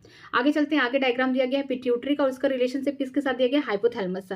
देखिए ये हाइपोथैलेमस है, उसके जस्ट नीचे कौन प्रेजेंट होता है, पिट्यूटरी। यहाँ पे देखिए ये वाले स्ट्रक्चर में कि यहाँ पे देखिए हाइपोथैलेमस हो गया ये वाला पार्ट, ठीक है, ऊपर, और पिट्यूटरी कहाँ उसके नीचे प्रेजेंट है, ठीक है, एकदम क्लोज एसोसिएशन है उसका, ठीक है। ये हाइपोथैलेमस हो गया, ये हाइपोथैलेमिक न्यूरॉन्स आ रहे हैं यहाँ पे, जो भी उसने हार्मोन बनाया किसको दे रहा है, ये पिट्यूटरी को दे रहा है, ठीक है। हाइपोथैलेमिक न्यूरॉन कहाँ पे आ रहे हैं, पोस्टीरियर पिट्यूटरी में आ रहे हैं, मतलब कि दो ऐसे हार्मोन है जो हाइपोथैलेमस बनाते हैं, जैसे वैसोप्रिन हो गया, ऑक्सीटोसिन, पिट्यूटरी के जो पोस्टीरियर वाले पार्ट है वहाँ पे स्टोर होता है। यहाँ पे जो भी हाइपोथैलेमस बनाएगा वो अपने नर्व्स के थ्रू किसको दे देगा, पोस्टीरियर पार्ट को दे देगा, ठीक है, किसका, पिट्यूटरी का। अब यहाँ पे देखिए जो पोर्टल सिस्टम है, यहाँ पे क्या होगा, पोर्टल सिस्टम में यहाँ पे एंटीरियर पिट्यूटरी में खुल रहा है, मतलब कि कुछ ऐसे हार्मोन होंगे जो एंटीरियर पिट्यूटरी बनाए, जैसे कि प्रोलैक्टिन हो गया, ACTH हो गया, ठीक है, यहाँ पे FSH हो गया, LHS हो गया, ग्रोथ हार्मोन होंगे, ये सारे कहाँ बनेंगे, एंटीरियर पिट्यूटरी के पार्ट होंगे, ठीक है। नेक्स्ट चलते हैं, यहाँ पे ट्रैकिया दिया गया है, यहाँ पे थायराइड हो गया, यहाँ पे वोकल कार्ड हो गया जिससे हमारी आवाज़ निकलती है, वोकल कार्ड हो गया। उसके बगल में कौन प्रेजेंट होंगे, थायराइड ग्लैंड प्रेजेंट होंगे। ट्रैकिया में थायराइड में अगर कोई प्रॉब्लम आ गई, मान लीजिए कि यहाँ पे थायराइड ग्लैंड कम सिक्रेट कर रहा है, तो ये क्या हो गया, T3 हो गया। अगर ज़्यादा हो रहा है T4, T3 वाले कंडीशन में ग्वाइटर की बहुत लोगों को देखेंगे कि नमक, आयोडीन की कमी हो जाती है, तब यहाँ पे बोल सकते हैं कि नमक की कमी हो गई। लोग यही बात करते हैं कि नमक में आयोडीन ज़्यादा पाया जाता है उस मात्रा में, तो उसको ग्वाइटर हो जाता है, ठीक है। तो अगर हम एक्सोपैथेलिक ग्वाइटर की बात करते हैं तो यहाँ पे क्या होगा, सिक्रेशन ज़्यादा हो जाएगा। जब सिक्रेशन ज़्यादा होगा उस टाइम में क्या होगा, BMR रेट ज़्यादा होगा। BMR का मतलब होता है बेसल मेटाबॉलिक रेट। अगर ज़्यादा हो जाएगा तो वो इंसान क्या हो जाएगा, पतला होता जाएगा, तो वो थिन दिखेगा। तो इसी को हम क्या बोलते हैं, ग्रेव डिसीज हो जाता है। ग्रेव डिसीज में क्या होता है कि BMR क्या होता है, हाई हो जाता है। नेक्स्ट चलते हैं, यहाँ पे दिया पैराथायराइड। यहाँ पे ये जो थायराइड था, यहाँ पे 2 पेयर पैराथायराइड ग्लैंड भी प्रेजेंट होते हैं, ठीक है। जो थायराइड ग्लैंड होते हैं इनका काम क्या होता है कि जो कैल्शियम है उनको क्या करना है, उनको कंट्रोल करके रखना, उनका कंसंट्रेशन कम करके रखना। लेकिन जो पैराथायराइड के जो ग्लैंड होंगे ये क्या करते हैं, बढ़ाते हैं, जो कैल्शियम का लेवल उसको बढ़ा देते हैं। तो दोनों ही एक दूसरे का क्या करते हैं, एंटागोनिस्ट या बोल सकते हैं अपोजिट काम करते हैं बैलेंसिंग में, ठीक है। नेक्स्ट स्ट्रक्चर किसका है, यहाँ पे दिया गया है किडनी का। यहाँ पे जो ऊपर वाले कौन होंगे, एड्रिनल ग्लैंड होंगे, ठीक है। अब यहाँ पे 2 पार्ट होता है किडनी का, बाहर वाला क्या होगा, कॉर्टेक्स, अंदर वाला मेडुला होगा, ठीक है। तो जो एड्रिनल कॉर्टेक्स होंगे यहाँ से कुछ हार्मोन निकलेंगे, जैसे हो गया कॉर्टिसोल्स वगैरह, ठीक है, ग्लूकोकॉर्टिसोल हो गया, ठीक है, मिनरलोकॉर्टिसोल्स हो गए, ये सब निकलेंगे। लेकिन जो मेडुला वाला एड्रेनल मेडुला से यहाँ से निकलेंगे जैसे एड्रेलिन, नॉन एड्रेलिन, इसको बोलते हैं फाइट या फ्लाइट, ये सारे हार्मोन्स निकलेंगे, ठीक है। आगे चलते हैं, आगे देखते हैं ये कौन है, ये बोल सकते हैं FSH है। ये हार्मोन कैसा होता है, इसको बोलते हैं प्रोटीन हार्मोन है। अब देखिए कैसे काम करता है ये हार्मोन। FSH आया कहाँ प्रेजेंट है, ओवेरियन सेल मेम्ब्रेन, ओवरी से निकलता है, तो ये जो ओवेरियन सेल मेम्ब्रेन इसके रिसेप्टर प्रेजेंट होंगे, ठीक है। अब ये इसका जो रिस्पॉन्स होगा, ये जो है रिस्पॉन्स इसका फर्स्ट आया। अब यहाँ पे जो सेकंड रिस्पॉन्स कौन देगा, जनरेशन ऑफ सेकंड मैसेंजर, यहाँ पे साइक्लिक AMP हो गया या फिर कैल्शियम के आयन हो जाएंगे। यहाँ पे क्या होगा, बायोकेमिकल रिस्पॉन्स आएगा, फिर ये फिजियोलॉजिकल रिस्पॉन्स करेंगे किसमें, ओवेरियन ग्रोथ में, ठीक है। तो FSH जो होता है ये कहाँ से निकलता है, ये निकलता है एंटीरियर पिट्यूटरी से निकलता है, ठीक है। इसका काम क्या है, इसका काम यही है फॉलिकल का ग्रो कराना, ठीक है। ओवुलेशन के पहले जब फॉलिकल ग्रो करेंगे तभी तो ओवुलेशन होगा। तो ये जो FSH है ये कहाँ से आ रहे हैं, एंटीरियर पिट्यूटरी से आ रहे हैं। इनका काम क्या है, ये आए, इनके रिसेप्टर कहाँ प्रेजेंट है, इनके receptor present ovarian cell membrane में प्रेजेंट है। एक चीज़ आप याद रखिए कि जो बोल सकते हैं जो जितने भी प्रोटीन हार्मोन्स है वो क्या होते हैं, लिपिड इनसॉल्युबल होते हैं, मीन्स लिपिड में घुलते नहीं। तो यहाँ देखिए लिपिड की लेयर होती है कहाँ पे, ओवेरियन सेल मेम्ब्रेन में। हेड जो है बाहर की तरफ, टेल अंदर की तरफ है। तो ये अपना रिस्पॉन्स इनके अपने रिसेप्टर को दिया, इनका रिसेप्टर एक रिस्पॉन्स यहाँ दिया, फिर जनरेशन किया साइक्लिक AMP और कैल्शियम को, ताकि इनका जो काम है, जो ये चाहते हैं, क्या कराना चाहते हैं, फिजियोलॉजिकल रिस्पॉन्स इनका यही कि जो ओवेरियन का ग्रोथ कराना चाहते हैं, फॉलिकल्स बनाना चाहते हैं, उसको स्टिमुलेट कराना चाहते हैं, तो ये इसके थ्रू जाएंगे, ठीक है। आगे चलते हैं, आगे यहाँ पे दिया है एग्जांपल किसका, स्टेरॉइड हार्मोन का दिया, जैसे कि एस्ट्रोजन हो गया, प्रोजेस्टेरॉन हो गया, ठीक है। जितने भी सेक्स हार्मोन होते हैं सब स्टेरॉइड होते हैं। इसके अलावा थायराइड के जो हार्मोन है वो भी कैसे होते हैं, स्टेरॉइड। इसमें जो प्रोटीन हार्मोन के साथ साथ या इसके साथ साथ बोल सकते हैं इपिनेफ्रिन जो होते हैं, अमीनो डेरिवेटिव हार्मोन्स होते हैं, उनका भी रिस्पॉन्स इसी तरीके से आता है, ठीक है। अब देखते हैं यहाँ पे जो एस्ट्रोजन है ये कहाँ पे काम करेंगे, एस्ट्रोजन के रिसेप्टर कहाँ प्रेजेंट होंगे, हमेशा यूट्रस पे प्रेजेंट होंगे। तो ये यूट्रस की ये वॉल है, ठीक है। यूट्रस की वॉल पे यहाँ पे एस्ट्रोजन ये भी कैसी है, यहाँ पे भी लिपिड की यहाँ मेम्ब्रेन बनी हुई है। यहाँ पे देखिए लिपिड के हेड है, यहाँ पे अंदर की तरफ टेल पड़े हुए हैं। एस्ट्रोजन क्या करेगा, ये हार्मोन ये यूट्रस की वॉल को क्रॉस कर जाएगा। इसको कोई अपना मैसेज किसी को थ्रू नहीं देना है, ये सीधे जाके अपना मैसेज काम करेगा। देखिए यहाँ पे ये यहाँ पे देखिए बीच में कौन है, न्यूक्लियस, या बोल सकते हैं यहाँ पे डीएनए प्रेजेंट है। तो यहाँ पे क्या होगा, हार्मोन जो रिसेप्टर या कॉम्प्लेक्स कहाँ प्रेजेंट है, न्यूक्लियस पे प्रेजेंट होंगे। यहाँ पे न्यूक्लियस होगा जहाँ पे क्या है, यहाँ पे डीएनए या जीनोम है। ठीक है, इसमें अपना जो भी चेंज करना है वो किस पे डायरेक्टली जाके डीएनए से अपना काम कराएगा। ठीक है, यहाँ पे जीनोम है, एमआरएनए बनेगा। ठीक है, ट्रांसक्रिप्शन होगा, फिर यहाँ एमआरएनए से प्रोटीन ट्रांसलेशन हो रहा है। जब प्रोटीन बन गए तो जितने भी फिजियोलॉजिकल रिस्पॉन्स है या टिश्यू का ग्रोथ होना, ठीक है, या डिफरेंशिएशन होना, अगर कोई वुमेन प्रेग्नेंट होना चाहती है तो यूट्रस के जो सेल वाल हैं उनको क्या कराना पड़ेगा, ग्रो कराना पड़ेगा। ठीक है, ताकि इंप्लांटेशन के लिए फिट बैठ सके। तो ये जो एस्ट्रोजन है ना, इसके रिसेप्टर कहाँ प्रेजेंट है, इनके रिसेप्टर प्रेजेंट होते हैं यूट्रस पे, और ये सीधे जाके न्यूक्लियस के अंदर ही जाके जो इनका जो बोल सकते हैं रिसेप्टर कॉम्प्लेक्स बनाते हैं। न्यूक्लियस के अंदर जो भी चेंज करना है डीएनए की जीनोम में चेंज करते हैं, वहाँ पे प्रोटीन बनाते हैं, और जो भी फिजियोलॉजिकल एक्टिविटी कराना है, जैसे यहाँ पे टिश्यू का ग्रोथ कराना हो, डिफरेंशिएशन कराना हो, सीधे करा सकते हैं। तो जितने भी स्टेरॉइड हार्मोन्स होते हैं या सेक्स हार्मोन होते हैं, या फिर हम ये भी बोल सकते हैं दूसरा कि जो थायराइड के हार्मोन होते हैं इनका इसी तरीके से कॉम्प्लेक्स बनता है। लेकिन अगर हम बात करें कि जितने भी प्रोटीन हार्मोन है, एफएसएच हो गया, एलएच हो गया, ठीक है, पेप्टाइड हार्मोन होंगे, ठीक है, वो सारे हार्मोन के साथ साथ इपिनेफ्रॉन जो अमीनो डेरिवेटिव होते हैं वो इस तरीके से रिस्पॉन्स शो करते हैं। ठीक है, आज सारे डायग्राम्स खत्म हो गए। अगर आपको किसी भी डायग्राम में कहीं पे भी डाउट है तो प्लीज़ कमेंट सेक्शन में ज़रूर कमेंट करके बताइए, और वीडियो कैसी लगी ये भी बताइएगा। अगर वीडियो अच्छी लगी तो प्लीज़ लाइक करिएगा, हो सके अपने फ्रेंड्स को भी शेयर करिएगा, और चैनल सब्सक्राइब करना मत भूलिएगा। ठीक है, आज के लिए इतना ही। Thank you very much.